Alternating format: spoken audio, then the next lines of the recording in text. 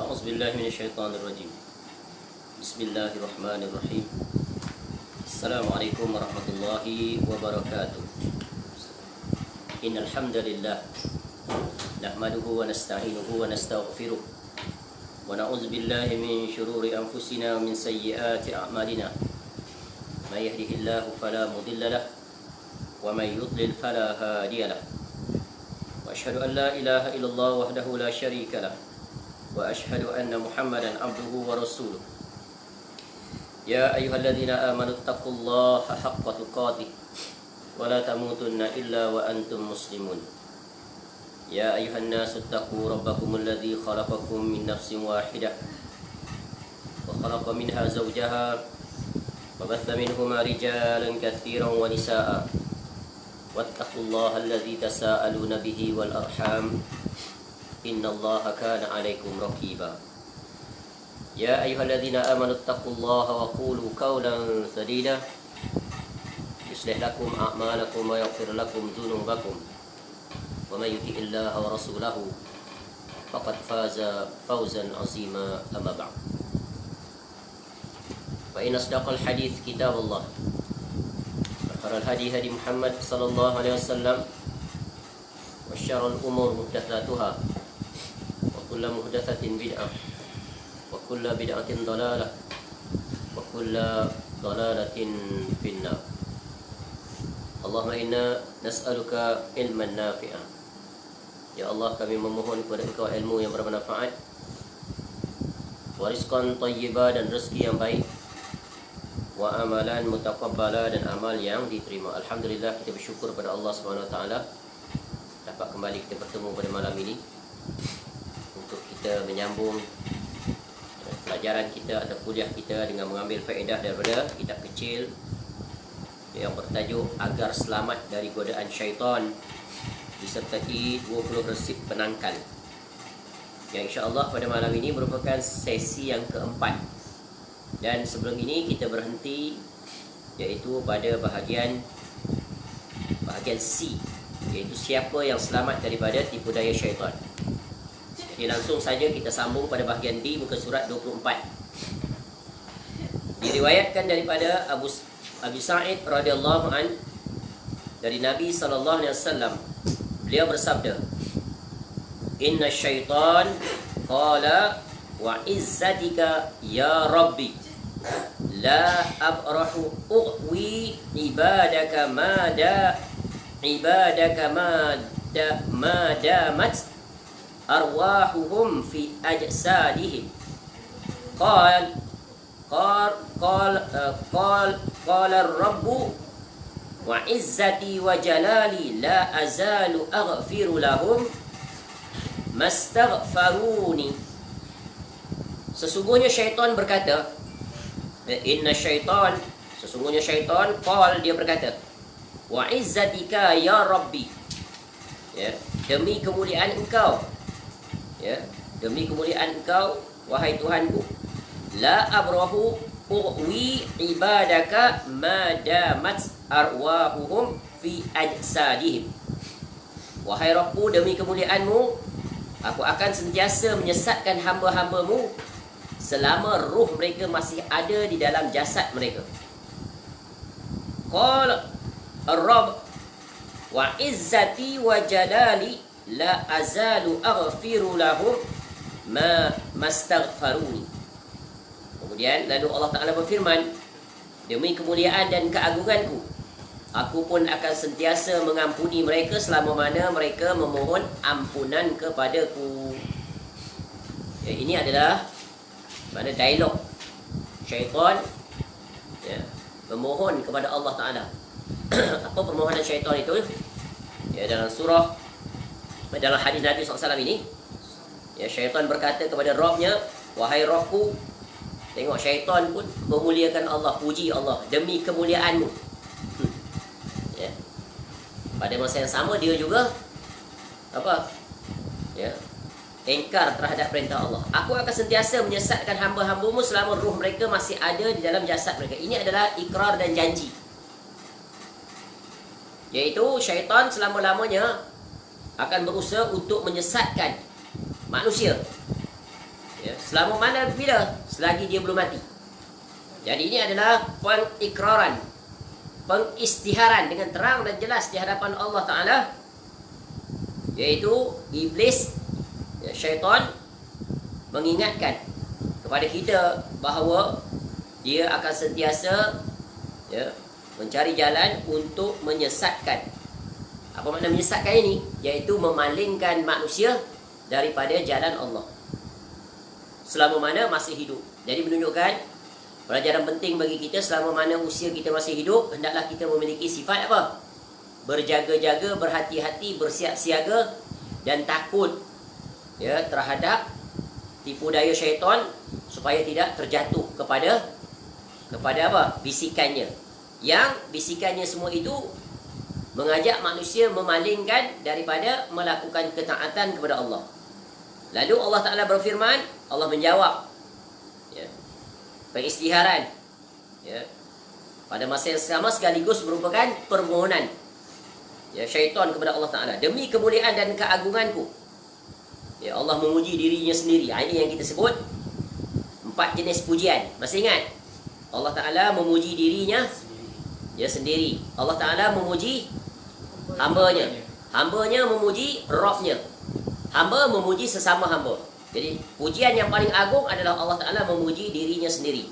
Jadi Allah Ta'ala berfirman, demi kemuliaan dan keagunganku, Allah menunjukkan kebesarannya, aku pun sentiasa akan mengampuni mereka selama mereka memohon keampunan kepadaku.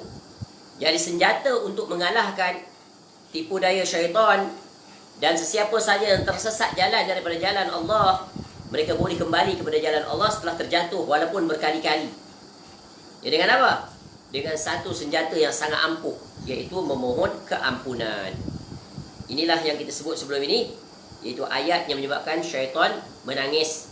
Pada bahagian C kita telah ambil faedah daripada ayat, walladzina idza fa'alu fahishatan aw zalamu anfusahum zakarullah fastaghfaru li dzunubihim wa may yaghfiruz dzunuba illa Allah wa lam yusirru ala ma fa'alu wa hum ya'lamun. Ya. Dan ingat, ya, dan juga orang-orang yang apabila mengerjakan perbuatan keji atau menganiaya diri mereka sendiri, mereka ingat akan Allah, ya, menyesal, terjatuh ke dalam kemaksiatan, kelalaian, kealpaan, ikut bisikan syaitan. Kemudian mereka sedar, lalu mereka memohon, ya, terhadap dosa-dosa mereka kepada Allah. Dan siapa lagi yang dapat mengampuni dosa selain daripada Allah? Kerana Allah At-Tawwab, Al-Ghafur, Al-Ghaffar, Al-Afu. Ya, dan mereka tidak meneruskan perbuatan kejinya itu sedang mereka mengetahui. Dan sungguh kalau kita melihat ayat-ayat Al-Quranul Karim, di antara nama dan sifat Allah yang banyak yang diulang adalah Al-Ghafur Ar-Rahim. Ya, Innallaha Ghafurur Rahim, Innahu huwal Ghafurur Rahim. Tengok Allah iringi sifat Allah Maha Mengampun dengan sifat rahmat. Sebab apa? Allah nak mengingatkan kita, jangan putus asa, jangan kecewa, ya, jangan menyesal. Bukan menyesal, jangan berlepas daripada rahmat Allah. Kerana Allah itu rahmatnya sangat luas, tak bertepi. Apa yang Allah minta pada kita satu aja, kembali kepadanya. Baik. Kemudian bahagian I. Jadi ini merupakan khabar gembira bagi orang-orang yang terjatuh ke dalam kesalahan, terjatuh dalam kelalaian. Masih ada peluang untuk dia meraih rahmat Allah, iaitu keampunan, dengan syarat dia kembali kepada Allah. Kembali bagaimana? Memohon keampunan. Baik, yang seterusnya bahagian I, kelemahan syaitan. Banyak orang yang mengira, ya, banyak orang yang mengira ataupun beranggapan bahawa syaitan itu kuat dan manusia tidak akan mampu berhadapan dengannya. Padahal hakikat syaitan adalah tidak memiliki kekuatan apapun terhadap ibadur rahman, iaitu hamba-hamba Allah yang maha pengasih, ya, selama mana ia berpegang teguh kepada Al-Quran dan As-Sunnah dan menjalankan petunjuk Nabi SAW. Ya, kebanyakan orang mengatakan syaitan ini sulit untuk dikalahkan, sebab dia adalah musuh dalam selimut, tak nampak. Kalau musuh yang nampak, sekurang-kurangnya kita boleh buat persiapan dan kita sedar tentang kehadirannya. Tapi syaitan, dia bersama dengan kita, ya, melalui urat-urat dalam badan, dalam darah, Bahkan dia berada di luar, dia datang daripada luar, kiri, kanan, depan, belakang dengan bala tenteranya yang tak terhitung banyaknya. Kita tak lihat mereka itu. Namun sebenarnya Al-Quran menjelaskan bahawa syaitan itu adalah lemah. Sebab apa? Syaitan adalah pemuka, ketua, dia pemimpin kepada kesesatan, kekufuran. Dan yang batil tak akan selama-lamanya dapat mengungguli dan mengalahkan yang hak. Tapi dengan syarat. Syarat apa? Selama mana ya hamba-hamba kita ini ya sentiasa berjalan, ya berpegang teguh dengan panduan hidup yang Allah berikan pada kita, iaitu Al-Quran dan As-Sunnah. Dan kita menjalankan petunjuk Nabi SAW. Maka inilah dua senjata yang dapat melemah dan mengalahkan serta memukul mati syaitan dan bala tenteranya. Jadi kejayaan dan kegagalan seorang hamba di dalam bertempur dengan tipu daya syaitan ini adalah iaitu dengan senjata ini. Menunjukkan betapa wajibnya kita sebagai umat Islam, orang yang beriman dan bertakwa, hendaklah mengakrabkan diri kita dengan Al-Quran. Maka apabila kita menjauhkan diri kita daripada Al-Quran, menjauhkan diri kita daripada berinteraksi dengan Al-Quran dan As-Sunnah, maka dengan itulah maka kita akan gagal. Makin jauh kita pada dua sumber ini, maka makin mudah kita akan dikuasai oleh syaitan. Wal-iyazubillah. Sebab itulah umat Islam mesti menjadikan Al-Quran dan As-Sunnah sebagai pendamping, pembimbingnya setiap saat, selagi usianya diberikan oleh Allah Ta'ala. Kerana apa? Kerana itulah benteng pertahanan, senjata yang paling ampuh. Jadi, namun kebanyakan manusia, khususnya di zaman sekarang, umat Islam menjauhkan diri mereka daripada Al-Quran dan As-Sunnah. Ini realiti yang sangat mengkhawatirkan. Sebab itu hendaklah kita hidupkan di dalam rumah tangga kita, iaitu budaya menghidupkan Al-Quran, menghidupkan hadis Nabi SAW. Apatah lagi kita memiliki masa yang banyak seperti sekarang. Ramai di antara kita bekerja daripada rumah ataupun bekerja tidak sepenuhnya. Maka atur waktu, adakan majlis ilmu, ajak anak-anak, isteri buat halaqah, baca ayat Al-Quran dan fahamkan maknanya. Kemudian pelan tindakan untuk pelaksanaan. Begitu juga terhadap hadis-hadis Nabi SAW. Contoh, ambillah kitab contohnya Riyadhus Salihin. Baca hadis-hadisnya daripada awal bab, tempat ikhlas, dan berjalan seterusnya. Baca satu-satu hadis. Kalau kita tidak mampu membacanya dalam bahasa Arab, baca terjemahannya dan ambil faedah daripadanya. Maka dengan itu akan menguatkan, akan menjadikan kita terlindung dan terselamat daripada tipu daya syaitan. Allah Ta'ala berfirman, وَمَا كَانَ لَهُ عَلَيْهِمْ مِنْ سُلْطَانٍ إِلَّا لِنَعْلَمَ مَنْ يُؤْمِنُ بِالْآخِرَةِ إِلَّا لِنَعْلَمَ مَنْ يُؤْمِنُ بِالْآخِرَةِ مِمَّنْ هُوَ مِنْهَا فِي شَكٍّ وَرَبُّكَ عَلَى كُلِّ شَيْءٍ حَفِيظٌ. Dan iblis tidak memiliki kekuasaan terhadap mereka, melainkan hanyalah agar kami dapat membezakan siapakah yang beriman kepada adanya kehidupan akhirat dari siapakah yang ragu-ragu tentang itu. Dan Rabbmu maha memelihara segala sesuatu. Surah Sabah ayat 21. Jadi ayat ini Allah Ta'ala nak menjelaskan kepada kita tentang keadaan iblis itu bagaimana, kelemahannya. Kelemahannya apa? Dia tidak akan memiliki kekuasaan terhadap mereka, melainkan hanyalah agar kami dapat membezakan siapa yang beriman padanya dan adanya kehidupan akhirat dari siapa yang ragu-ragu. Jadi iblis akan berjaya menguasai orang yang ragu-ragu, orang yang tidak yakin, orang yang tidak percaya. Maka itu adalah sekutu dan rakan mereka. Mereka pasti akan termasuk di dalam perangkap syaitan. Namun orang-orang yang memiliki keyakinan, kepercayaan yang dalam terhadap kehidupan akhirat, maka mereka pasti akan menjadikan kehidupan mereka di dunia sebagai jambatan, sebagai wasilah, untuk mempersiapkan bekalan agar nanti di negeri akhirat mereka selamat di dalamnya. Sebab itu, untuk mengukuhkan iman, menguatkan pertahanan diri, hendaklah kita menelaah, membaca, mengilmui tentang rukun iman yang berkaitan dengan apa? Beriman dengan hari akhirat. Kerana itulah negeri yang kekal abadi yang kita pasti akan kembali. Dan perjalanan di sana lebih sulit daripada perjalanan hidup di dunia. Kalau hidup di dunia kita berjalan di atas 3 masa. Masa lalu, masa sekarang dan masa akan datang. Pendek saja perjalanannya, tak panjang. Apatah lagi kita umat Nabi SAW, rata-rata average 60 hingga 70 tahun. Sedikit sekali yang berjaya melepasinya. Sebagaimana sabda Nabi SAW, a'maru ummati ma baina sittin ila sab'in wa aqalluhum man yajuzu zalik. Tu. Rata-rata umatku berada di antara julatnya 60 hingga 70. Sedikit sekali yang berjaya melepasinya. Jadi perjalanan kita tak panjang. Pejam celik sedar umur sudah 50 tahun, sudah 60 tahun. Sudah berada dalam julat yang disebut oleh Nabi SAW. Sampai masa matilah kita, sampai ajal. Begitulah perjalanan yang sangat pendek, yang sangat singkat. Sehingga para ulama menyebutkan umur kita hanya berada di 3 masa. Masa lalu, masa sekarang, masa akan datang. Masa lalu telah berlalu, maka beruntunglah orang-orang yang mengisi masa lalu dengan ketaatan, dan merugi, menyesallah orang-orang yang mengisi masa lalu dengan kemaksiatan, ya, dosa dan seumpamanya. Adapun masa sekarang, masa yang pasti, maka pastikan masa yang pasti ini dipergunakan sebaik mungkin. Adapun masa depan belum pasti. Namun Allah Ta'ala perintahkan kita buat persiapan. Jadi inilah 3 masa yang Allah berikan pada kita.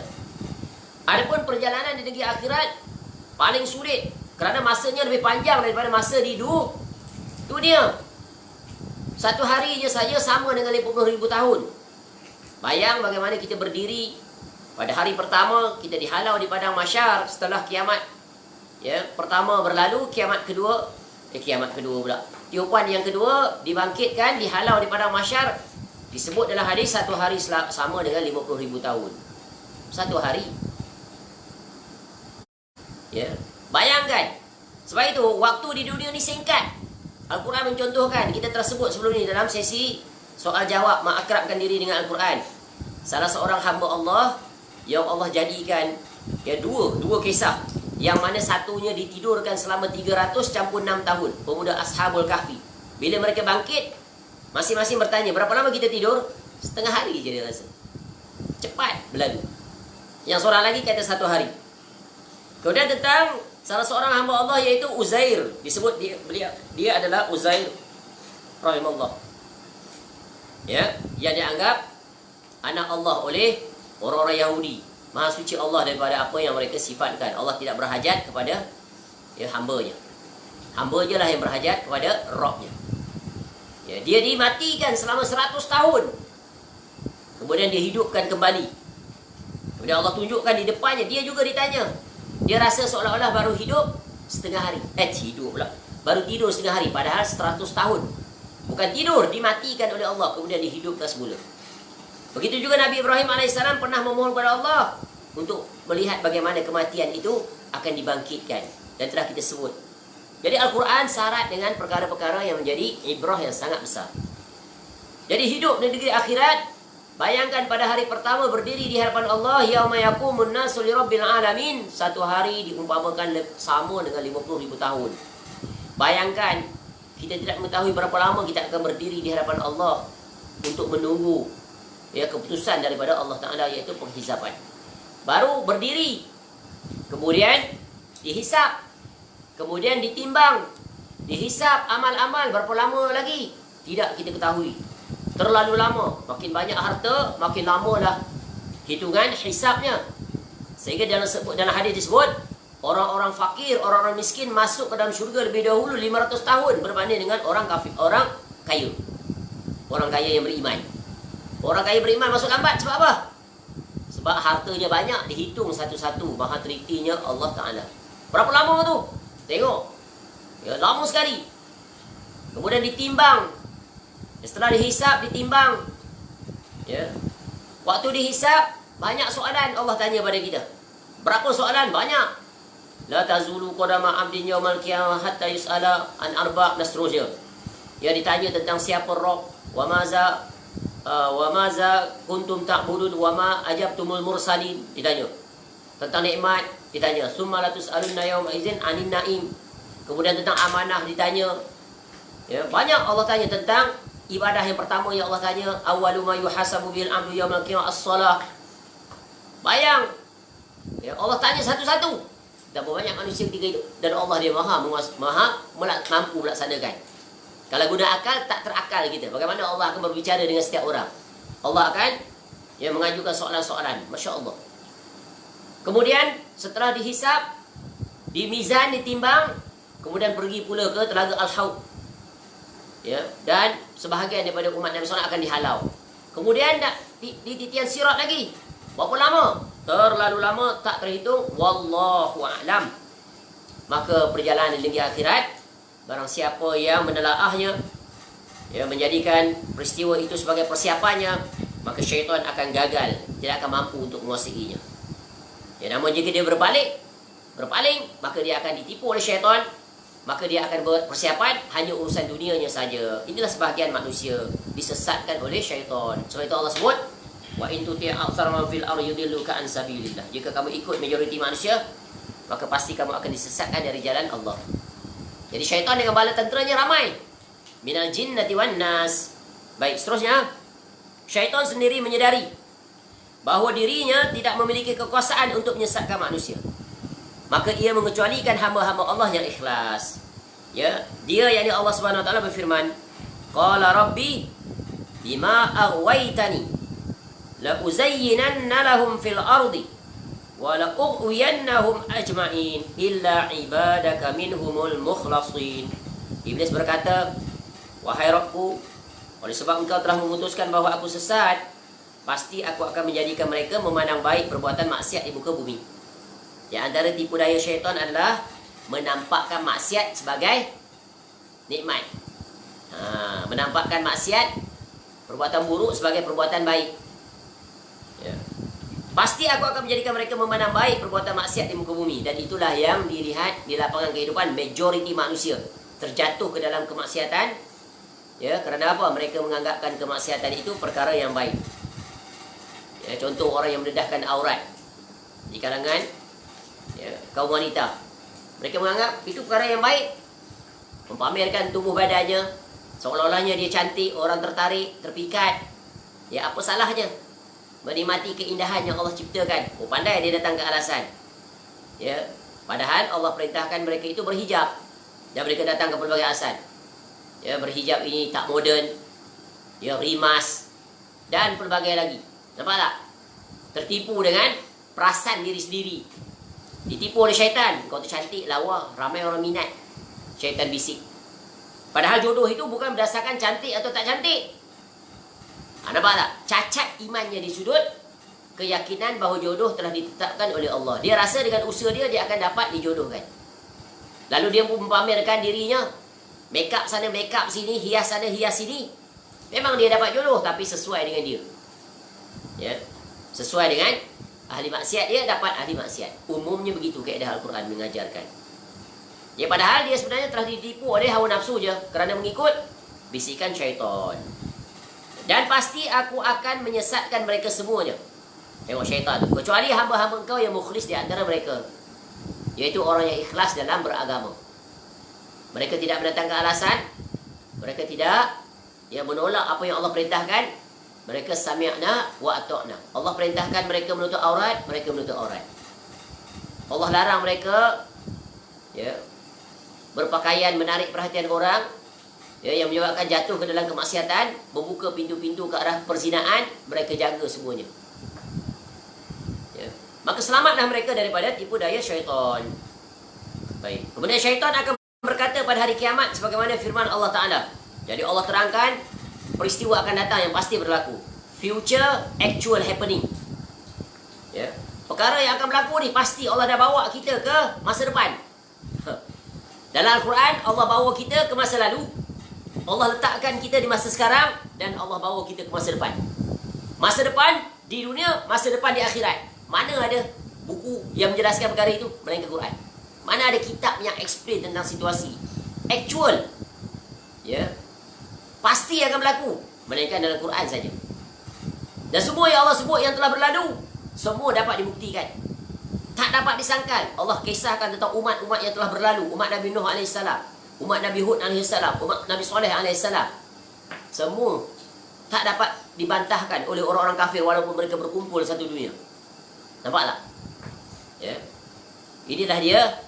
Ya, sebab apa? Sebab Al-Quran itu daripada Allah. Ya, jadi Allah menggambarkan kepada kita kesemuanya sebagai satu pengajaran yang sangat penting. Jadi itu tentang satu peristiwa yang semuanya, ya, kita lihat sekarang, tapi akan berlaku, akan datang. Allah Ta'ala berfirman, wa qala syaitan lamma qudiyal amru innallaha wa'adakum wa'dal haqq wa wa'adtukum fakhlaftukum فأخلفتكم ووعدتكم فأخلفتكم وما كان لي عليكم من سلطان إلا أن دعوتكم فاستجبتم لي فلا تلوموني ولوموا أنفسكم. Dan berkatalah syaitan tak kala perkara hisab telah diselesaikan. Bila Allah telah selesaikan menjalankan, ya, penghisapan, penghakiman, sesungguhnya Allah telah menjanjikan kepada kamu janji yang benar. Dan aku pun telah menjanjikan kepada kamu, tetapi aku menyalahinya. Sekali-kali tidak ada kekuasaan bagiku terhadap kamu, melainkan sekadar aku menyeru kamu, lalu kamu mematuhi seruanku. Oleh sebab itu janganlah kamu mencerca aku, akan tetapi cercalah diri kamu sendiri. Ya, surah Ibrahim ayat 22. Ya, para ulama tafsir ketika menjelaskan tentang ayat ini, mereka mengatakan ini adalah khutbah iblis yang disampaikan di dalam neraka. Dan dia berkhutbah di atas mimbar yang dibuat daripada api. Sebagaimana yang disebut oleh, yaitu Hasanul Basri, sebagaimana yang dinakalkan oleh para mufassirin, seperti Ibnu Jarir At-Tabari dalam tafsirnya, Tafsir At-Tabari. Begitu juga dalam tafsir Al-Qurtubi, oleh Al-Imam Al-Qurtubi. Ya, begitu juga oleh Al-Imam Ibnu Katsir rahimahullah dalam tafsir Al-Quran Al-Azim itu. Ya, yang menggambarkan tentang peristiwa ini. Bagaimana mereka menyebutkan, idza kana yaumul qiyamah qama iblisu hatiban ala mimbar, ya, min nar. Faqal, lalu iblis membaca ayat ini. Ya. Innallaha wa'adakum wa'dal haqq wa wa'adtukum fa akhlaftukum. Ya. Jadi tak kala hari kiamat, iblis berdiri di atas sebuah mimbar dari api. Ya, lalu dia berkhutbah sambil berkata, sesungguhnya Allah telah menjanjikan kepada kamu janji yang benar, dan aku pun telah menjanjikan kepadamu, tapi aku menyalahinya. Ya, boleh dilihat dalam tafsir At-Tabari, ya, pada ayat ini. Ya. Dan berkata Imam Ibnu Katsir rahimahullah tentang ayat ini, Allah menghabarkan, ya, kepada kita tentang khutbah yang disampaikan oleh iblis kepada para pengikutnya, ahli neraka, daripada jin dan manusia. Yaitu setelah Allah memutuskan keputusannya menghisap para hamba-hambanya, Allah memasukkan kaum mukminin ke syurga dan Allah menempatkan orang kafir ke neraka jahanam, maka Allah berikan keizinan. Tengok luasnya rahmat Allah, betapa adilnya Allah Ta'ala. Ya. Iblis pun berdiri buat satu ucapan. Dia bukan ucapan pembukaan, ucapan penutup. Ucapan yang menyebabkan ahli neraka mengalir air mata darah. Tak guna lagi dah. Ibarat orang tu kata, mengalir air mata darah pun menyesal, tak ada faedah lagi dah. Ya. Sebab di negeri akhirat bukan tempat penyesalan. Walaupun semua manusia menyesal, tapi penyesalan di situ sudah tidak diterima. Nak menyesal sekarang. If you want to regret, regret now. Don't wait until negeri akhirat. Ya, tidak berguna. Hari yang Allah sebut tidak berguna penyesalan. Dan Allah sebut hari itu adalah hari penyesalan. Ya. Jadi iblis pun dia berdiri dan berkhutbah pada para pengikutnya agar semakin, dan maka bertambahlah kesedihan mereka. Ya. Di dunia, umat Islam khususnya kaum lelaki diingatkan setiap minggu sekurang-kurangnya sekali. Para khatib naik di atas mimbar berkhutbah mengingatkan mereka, ittaqillah, betul kan? Bertakwalah kepada Allah dengan melaksanakan apa yang Allah perintah dan tinggalkan apa yang Allah tegah. Itu awal rukun khutbah. Tapi rukun khutbah ini sejauh manakah yang duduk di dalam majlis pada hari Jumaat tersebut, solat Jumaat, mengambil faedah dan melihat ke dalam diri masing-masing. Adakah aku termasuk dalam orang yang bertakwa? Realitinya, majoriti orang yang mendengar khatib yang sedang berkhutbah tidur lena sambil duduk, menakjubkan. Mereka telah dikuasai oleh syaitan pada hari yang terbaik, hari raya umat Islam. Tapi ketika berada dalam neraka nanti, tak seorang pun di antara mereka yang tidur. Very focus, pay attention, full attention. Kepada siapa? Syaitan. Di dunia yang sepatutnya bagi full attention, dengar secara benar-benar attentive listening apa yang disampaikan oleh khatib. Tapi dia jadikan tempat tu landing time, sleeping time. Berjaya tak syaitan? Sangat berjaya. Sebab tu Nabi SAW ajar kita ketika khatib menyampaikan khutbah, orang yang mendengar khutbah, lihat wajah khatib. Nabi SAW ajar kita tentang communication skill. Ya, supaya dapat faedah yang mendengar, pay your attention. Ni dipanggil apa? Attentive listening. Dengar. Empathic listening. Empathic dan empathy. Empathic listening dan attentive listening. Attentive listening ni maknanya apa dalam urusan? Dengar satu-satu, word by word. Jangan jadi seperti mendengar, seperti ibarat orang tua buat peribahasa, seperti mencurah air di daun keladi. Tak meresap masuk ke dalam hatinya. Atau seperti apa? Masuk telinga kanan, keluar telinga kiri. Ni orang tua tajam ni. Dia punya hadis dia. Ya. Dah beri pay your attention. Macam mana nak pay attention? Body language mesti di reposition accordingly. Macam mana? Inilah dia body language yang diajar oleh Nabi SAW. Lihat khatib, barulah dia match two-way communication. Ya. Kemudian empathy listening. Apa makna empathy? Dengar, kemudian proses. Information masuk dalam minda kita, proses, analyze. Maklumat yang masuk tu adalah raw data. Raw data, what we have to do? We have to analyze. Ya, buat analisa. Sambil khatib menyampaikan tu, otak kita ligat berjalan memproses maklumat-maklumat. Kemudian disimpan di dalam data kita, under subconscious mind. Itu ilmu tentang minda. Ingat, keluar daripada khutbah Jumaat, maka bertambah imannya. Balik ke rumah, share dengan ahli keluarga. Tadi apa khatib memperingatkan kita. Itulah dia yang sepatutnya dilakukan oleh orang-orang yang diperingatkan setiap hari Jumaat. Namun realitinya tidak seperti itu. Ya. Tapi nanti, ya, di dalam neraka, ahli neraka itu beri perhatian, tak tidur dia, dengar. Ya, sehingga para ulama juga kan, ketika iblis menyampaikan khutbahnya itu yang sangat memprihatinkan, dengan penuh semangatnya, ia menyebabkan bertambah sedih, bertambah perit, bertambah seksanya ahli neraka yang mendengar khutbah syaitan. Sebab apa? Syaitan memulangkan paku buah kerasnya. Dulu kamu ikut aku buat apa? Maksudnya begitu. Kan Allah Ta'ala suruh ikut Rasulnya, ikut ajarannya. Kenapa kamu ikut aku? Dah kamu tahu dah. Dalam Quran ni banyak menjelaskan tentang aku. Biografi aku tu very detail dalam Quran. Kamu baca, tapi kenapa kamu tak laksanakannya? Ini padan muka, istilah bahasa kasar kita. Boleh faham ni? Ni sindiran tajam, kecaman tajam. Iblis pun tak sanggup.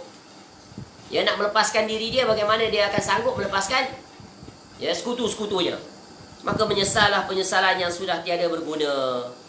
Jadi situasi ini memberikan peringatan yang sangat penting. Jangan sekali-kali kita hidup di dunia menjadi pengikut syaitan, menjadi pengikut iblis. Ya, kerana Allah telah terangkan situasi ini. Cuba lihat betapa luasnya rahmat Allah Ta'ala kepada kita. Allah telah menjelaskan situasi ini. So there is no excuse for us to bring forward ketika hari penghisapan, ketika hari dihumbankan ke dalam neraka. Ayat ini sungguh ya, ayat yang memberikan kita peringatan agar jangan kita menyesal. Nak menyesal apa? Sekarang. Bagaimana menyesal sekarang? Jangan ikut syaitan. Ya, tengok syaitan kata apa kat sini. Ya. Awal mukadimahnya tengok syaitan buat apa. Dia sebut, innallaha wa'adakum wa'dal haq. Iblis mengakui tentang Allah Ta'ala. Ya, sesungguhnya Allah telah menjanjikan pada kamu janji yang benar. Maksudnya apa? Kenapa kamu tak ambil janji Allah itu? Kenapa kamu tak sambut janji yang dijanjikan oleh Allah Ta'ala? Kenapa kamu sambut janji aku? Ni. Yang kedua apa kata? Dan aku pun telah menjanjikan pada kamu, tapi aku menyalahinya. Maknanya apa? Syaitan tu menipu. Nanti kawan syaitan datang, berwujud manusia, Dajjal. Tu syaitan yang paling nampak nanti. Fitnah yang paling besar sebelum kiamat besar ditegakkan. Allah bagi sedikit keistimewaan pada dia, di antaranya memiliki sifat ketuhanan, boleh menghidupkan yang mati, boleh menurunkan hujan, boleh menumbuhkan tumbuhan bagai-bagai. Sebelum dia datang pun dajjal-dajjal kecil dah datang. Betapa banyak manusia yang tertipu dengan dajjal-dajjal itu. Seperti apa? Rasul-rasul palsu, para duat yang mengajak ke apa? Abwabun nar, pintu-pintu neraka. Mengajak ajaran sesat, ajaran salah, menyelisihi dari Al-Quran dan Sunnah, menyeru kepada syirik, menyeru kepada bid'ah dan pelbagai lagi. Bagaimana nak selamat?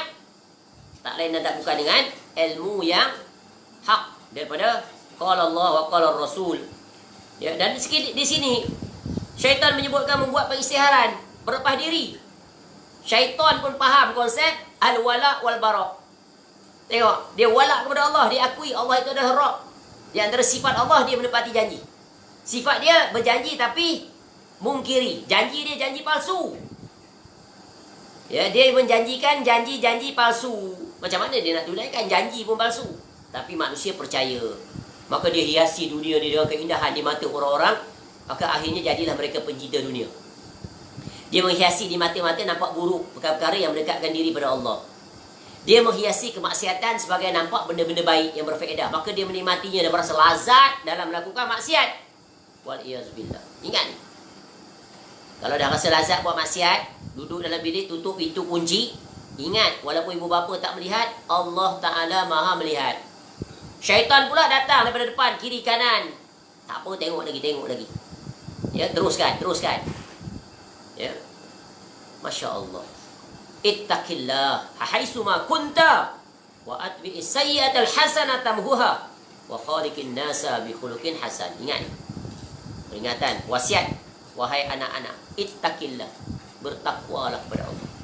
Di mana pun kamu berada, khususnya ketika kamu bersendirian. Sebab manusia banyak melakukan kemaksiatan ketika bersendirian. Ketika di keramaian dia malu. Ada pula iman dia. Sebab apa malu? Kopiah dia ada kepala. Berpenampilan serban jubah, menyimpan janggut, berhijab, nampak mata saja. Tapi ketika dia bersendirian, dia melakukan pelanggaran-pelanggaran Allah. Dan ini di antara salah satu jurusan terhapusnya amal seseorang.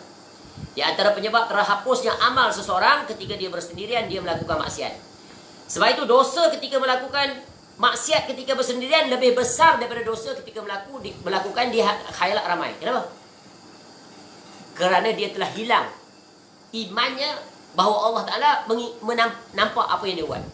Seolah-olah dia berbuat, tauhidnya adalah, manusia tak nampak. Dia lupa pada Allah Ta'ala itu yang maha melihat. Semoga Allah menjaga kita daripada tipu daya syaitan. Semoga Allah menjaga kita daripada terjatuh ke dalam kemaksiatan, bahkan menikmati lazatnya maksiat, khusus ketika bersendirian. Sebab itulah hendaklah kita berjaga-jaga daripada tertipu dengan tipu daya syaitan. Sekali-kali tidak ada kekuasaan bagiku terhadap kamu, melainkan sekadar aku menyeru kamu. Syaitan ni kerja dia tak paksa kita. Dia hanya seru je. Ada syaitan, kalau kau tak ikut aku ikat leher kau. Tak. Inilah bahayanya bisikan. Lebih bahaya daripada tindakan kekasaran fizikal. Sebab tu ucapan ini, dia menyihir. Ucapan manusia menyihir, ucapan syaitan juga menyihir. Dia tak nampak, tapi dia bisik. Bila ada bisikan, bisikannya datang, Allah ketika mana dia menjaga hamba-hambanya, dia akan datang pula bisikan. Malaikat yang bersama kita. Allah sertakan dengan satu malaikat yang menjaga, yang mengingatkan kita. Bila nak buat maksiat belah kiri, datang belah kanan. Ingat, ini maksiat. Maka siapa yang kuat, iman kita tu akan memihak kepada siapa? Kalau ketika itu memihak kepada malaikat, maka selamat kita. Kalau memihak kepada syaitan, binasa kita. Jadi syaitan mengatakan tentang bagaimana keadaan ahli neraka itu, aku menyeru kamu mematuhi, kamu ikut kata aku. Oleh sebab itu, janganlah kamu mencerca aku. Manusia ni dia suka menyalahkan orang lain, betul kan? Di dunia pun dia suka salahkan orang lain. Semua orang satu dunia tak kena. Dia seorang saja yang kena. Dia je yang betul. Nampak tak? Sebab tu orang-orang bijaksana menggambarkan dengan jari, betul kan? Jangan sering menyalahkan orang. Jari menunjuk orang. Satu jari menunjuk orang, tengok ni, 3 jari menunjuk kamu. Maknanya apa? Lebih banyak mencela diri sendiri. Jangan banyak habiskan usia mencela, mencerca, menghina, mengutuk, menzalimi, memfitnah orang lain. Ni, hisap dulu diri kamu. Ya, jangan tersibukkan dengan urusan manusia. Kamu tu banyak cacat celanya. Jangan merasakan kamu benar. Apatah lagi, yang kamu tuduh orang, yang kamu fitnah orang adalah perkara yang batil. Sanggupkah kamu untuk mempertahankannya dan di negeri akhirat? Sungguh, orang-orang seperti ini meletakkan dirinya dalam kebinasaan dan kehancuran. Dia khawatir nanti dia muflis. Ittaqillah. Ya, jangan sekali-kali kita menzolimi orang lain. Ya, apabila kita terjatuh dalam perkara itu dan kita pula menikmatinya, waliyazubillah, maka berjayalah syaitan. Sungguh ayat ini adalah ayat yang menjadi peringatan bagi kita. Ya, ayat ini akan mengalahkan syaitan bila kita berjalan dengannya. Ya. Jadi syaitan menyebutkan, jangan salahkan aku. Cercalah diri kamu sendiri. Kamu ikut aku buat apa? Habis. Ya, syaitan melepas diri, akhirnya menggigit jari lah, menyesal dia sudah tidak berguna. Ya, maka rasailah nikmat azab api neraka yang sangat menyakitkan, sehingga ahli neraka kata apa kepada Allah? Kalau kita baca Quran, kalau boleh diminta Allah mematikan mereka, tak wujud lagi dah. Tapi Quran sebut orang yang mati dalam kekafiran khalidina fiha abada. Ya, finnar, kekal selama-lamanya di dalam neraka, wal iyazubillah. Baik. Tipu daya syaitan itu lemah sebagaimana firman Allah Ta'ala. Ya, Allah sebut tipu daya syaitan itu lemah. Jangan kamu takut dengan dia. Dan syaitan sering menakut-nakuti manusia. Bagaimana sering manusia menakut-nakuti manusia? Dia bisik. Ya. Takutkan kita tentang kemiskinan. Maka kita siang malam pulun. Takut esok engkau mati besok. Saya dalam bilik bisik. Baik kau cari harta banyak-banyak. Ya. Kau persiapkan harta untuk anak-anak. Beli rumah untuk anak. Semua anak kau ada 10 ya. Kerja siang malam. Cari duit. Beli untuk dia. Sebab apa? Nanti kalau kau mati, kau tak tahu. Sekarang sewa rumah saja dah 1,000. Anak kau mampu ke? Syaitan bisik punya baca. Beli seorang satu kereta. Beli seorang satu motor. Apa saja dia nak urusan dunia. Akhirnya apa? Sibuk, usia dia habis dengan dunia.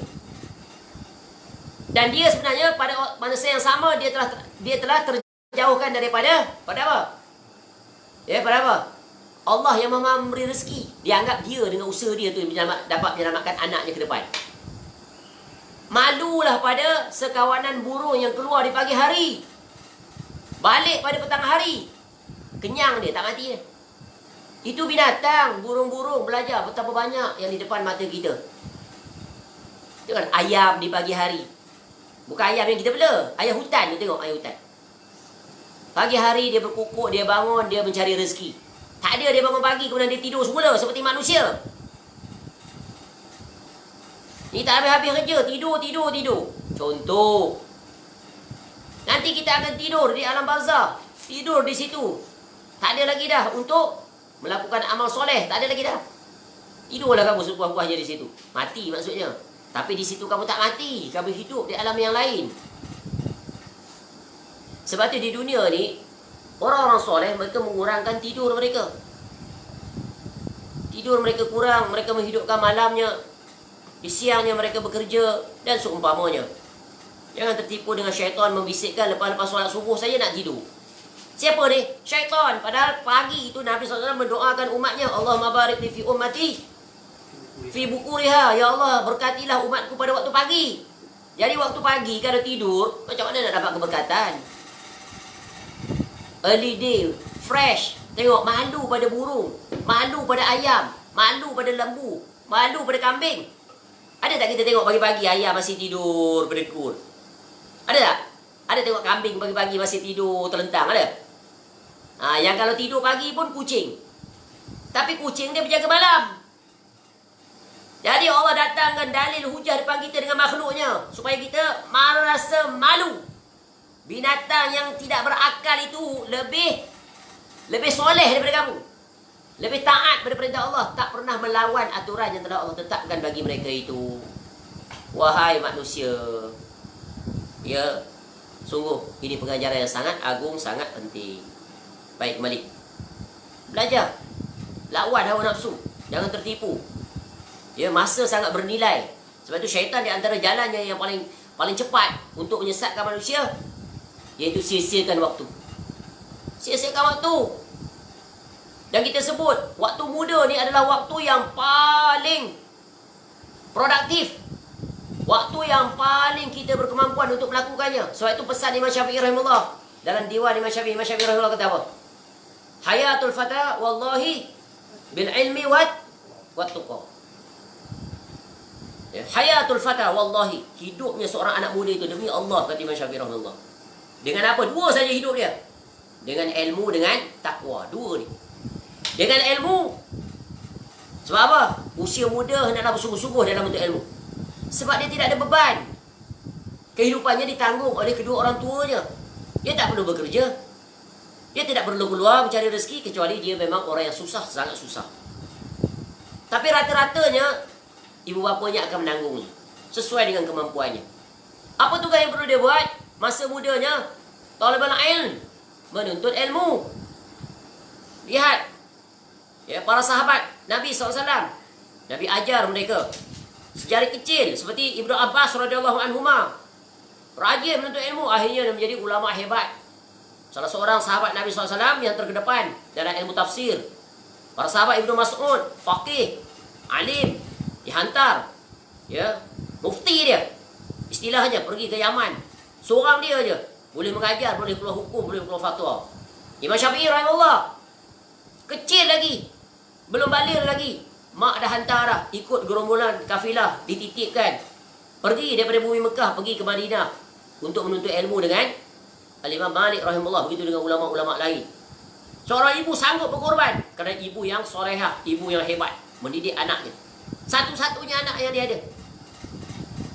Ni tak sayang anak nak hantar jauh, padahal anak dia ada 10. Satu semua duduk dengan dia. Sayang tak nak, sedih dah. Anak duduk jauh-jauh. Ya, semua nak duduk dekat. Nak jadi anak yang hebat, hantar jauh-jauh. Biar dia rasa susah payah, biar dia terdedah dengan pengalaman. Sebab tu dulu orang dulu hebat. Sebab tu orang-orang yang hebat, di antara ciri mereka adalah kecil-kecil lagi dah melalui kehidupan yang payah. Ni kalau diajak anak-anak dengan kesenangan, sulit dia untuk jadi orang yang hebat. Sebab dah dibiasakan dengan kesenangan. Tengok para ulama salaf dulu. Ya, mereka menghabiskan usia muda mereka menuntut ilmu. Akhirnya apa yang Allah beri kepada mereka? Kemuliaan. Maka benarlah Allah Ta'ala menyebut, yarfa'illahu alladhina amanu minkum walladhina utul ilma darajat. Allah angkat darjat orang beriman dan orang yang berilmu beberapa darajat. Imam Syafi'i rahimahullah, Imam Nawawi rahimahullah, dan tak terhitung banyaknya para ulama. Walaupun mereka telah pergi meninggal kita ratusan, ribuan tahun, 1000 lebih tahun meninggalkan kita, ratusan, ya, tapi mereka tetap hidup bersama kita dengan ilmu mereka. Ya, sebut saja imam-imam. Ya, imam-imam dalam pelbagai bidang. Inilah Allah muliakan orang berilmu. Kemana perginya orang yang tertipu daya dengan dunia?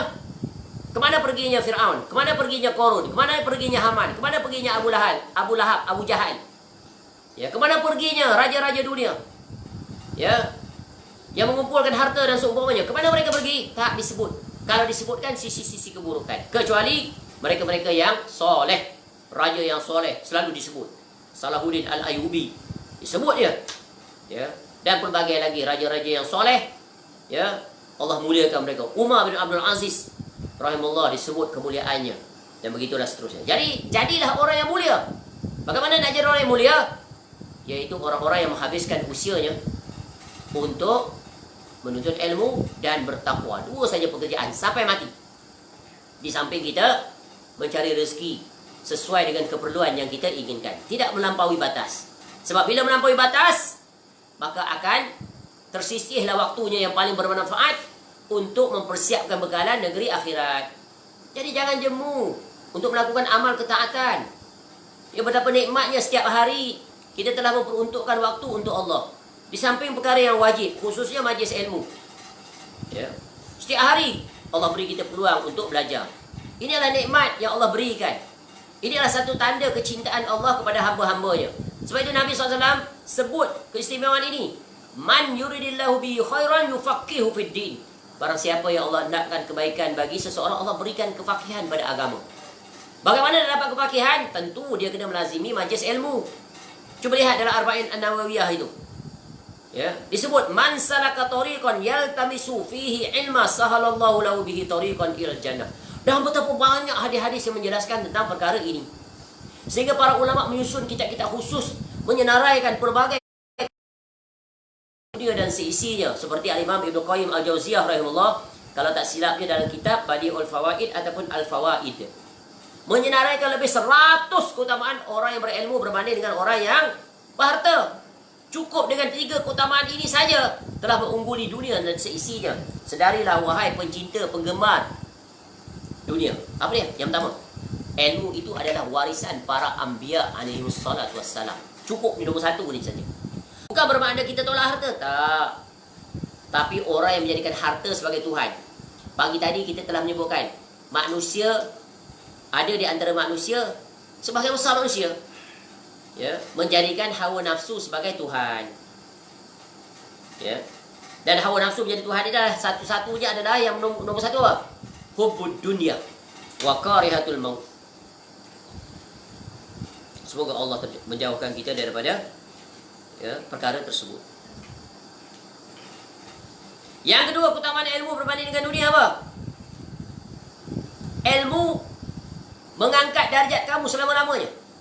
Harta tidak. Harta bahkan boleh menjatuhkan seseorang selama-lamanya. Betul kan? Yang ketiga, harta, ilmu menjaga kamu. Harta kamu kena jaga dia.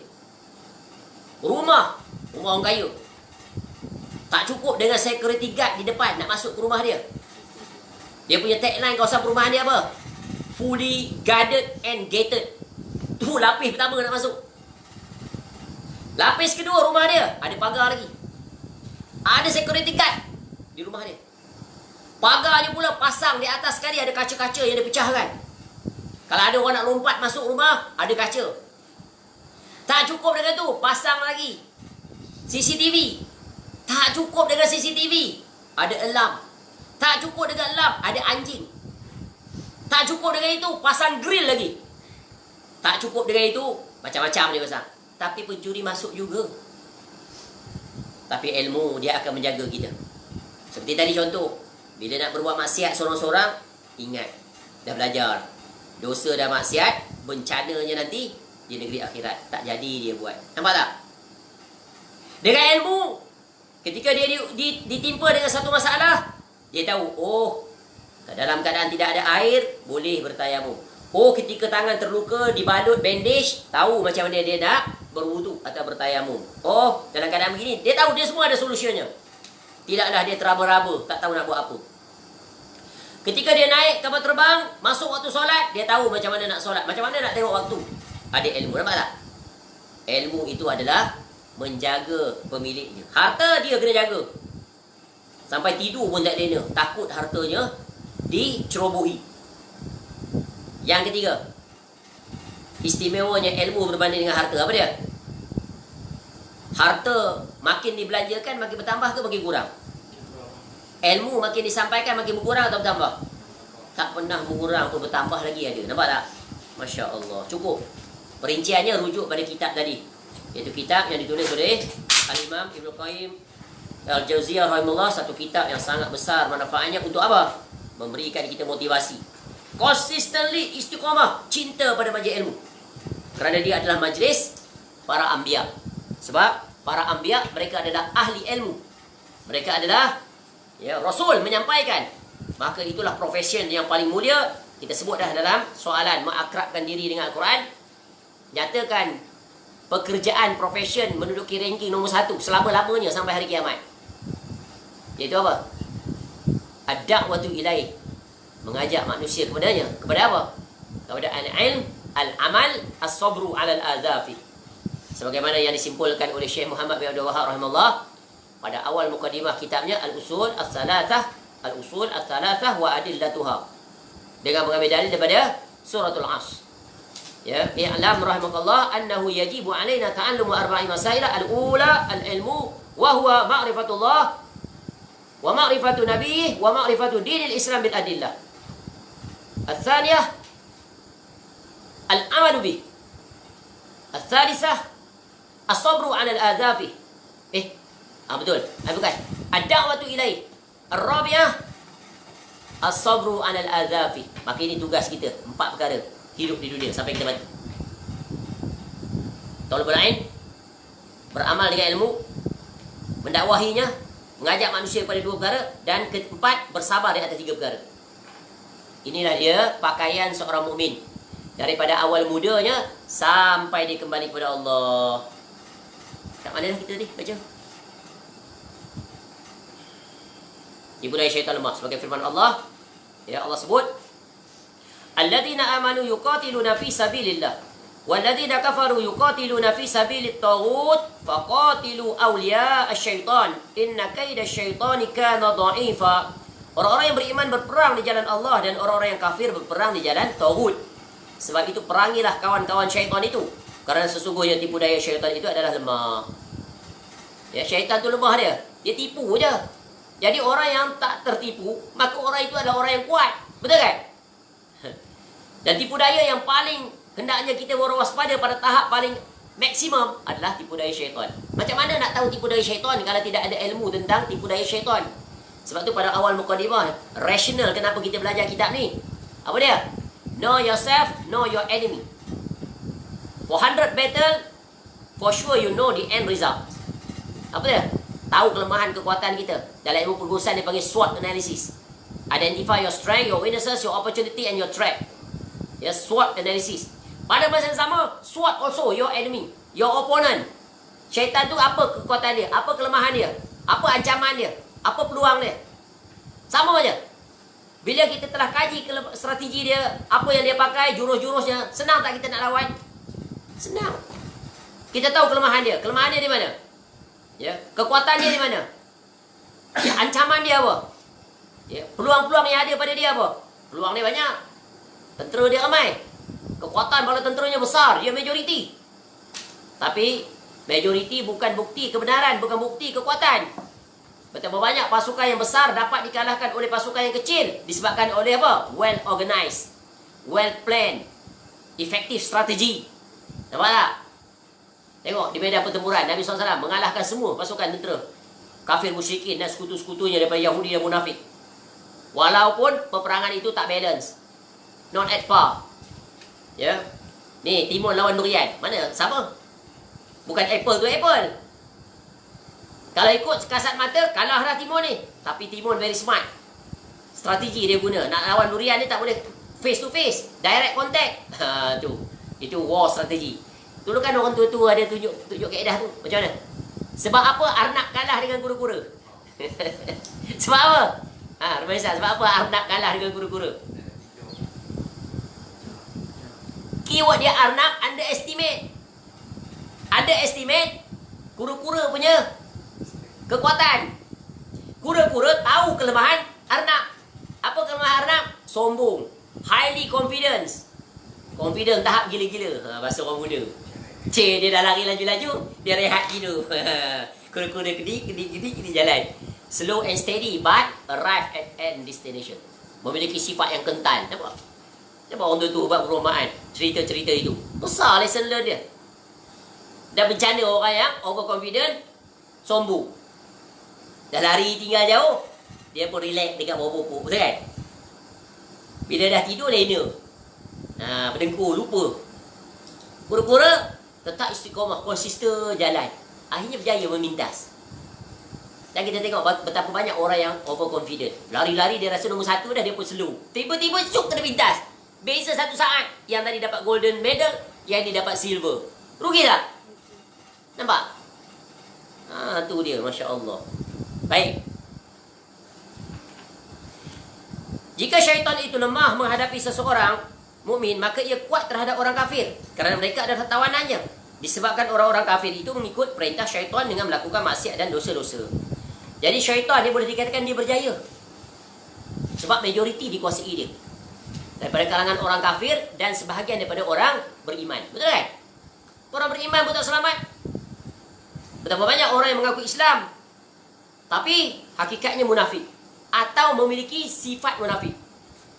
Betapa banyak orang yang mengaku dia Islam tapi ahli maksiat, ikut bisikan syaitan dan seterusnya. dan seterusnya. Ya. Yang selamat minoriti, qalil, gharib.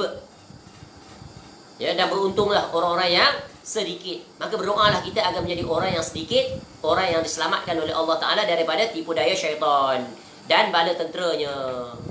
Bala tentera syaitan siapa? Jin dan manusia. Hawa nafsu, ya, fata morgana dunia, dan pelbagai lagi. Ya, panjang angan-angan, cinta dunia, takut mati, dan pelbagai lagi. Ya, Allah Ta'ala berfirman, Innama sultanuhu 'ala alladhina yatawallawnahu walladhina hum bihi musyrikun. Sesungguhnya kekuasaan syaitan hanyalah atas orang-orang yang mengambilnya menjadi pemimpin, dan atas orang-orang yang mempersekutukannya dengan Allah. Jadi syaitan ini hanya bersekutu kalau orang-orang bersekutu dengan dia. Sebab itu wajib bagi seorang mukmin berbarok dengan syaitan. Tak sekali-kali akan menjadikan syaitan sebagai teman dekat, rakan akrab, apatah lagi menjadi pemimpin. Atau apatah lagi menjadi, ya, kelompok yang didengari, yang diikuti, yang ditaati. Apatah lagi dia bersama-sama dengannya memusuhi. Ya, musuhi apa? Memusuhi Allah Ta'ala dengan melakukan pelanggaran, pengingkaran, bahkan berani mencabar Allah Ta'ala. Sebagaimana yang telah kita sebut tentang kisah umat-umat yang terdahulu. Keberanian dia paling tahap tertinggi yang berjaya dicapai oleh syaitan, yaitu membisikkan agar manusia yang ingkar kufur ini bukan setakat kufur, bahkan berani untuk mencabar Allah Ta'ala. Turunkanlah azab, sebagaimana kita sebut tentang Nabi SAW. Tapi umat Nabi SAW, Allah tangguhkan, Allah tak turunkan azab serta-merta seperti yang berlaku. Allah turunkan sedikit saja azab, itu pun perlahan-lahan. Sebagaimana yang kita alami sekarang, musibah, COVID, perlahan-lahan. Supaya apa? Kita kembali kepadanya. Tapi ramai orang yang masih belum insaf, masih juga tidak kembali kepada Allah.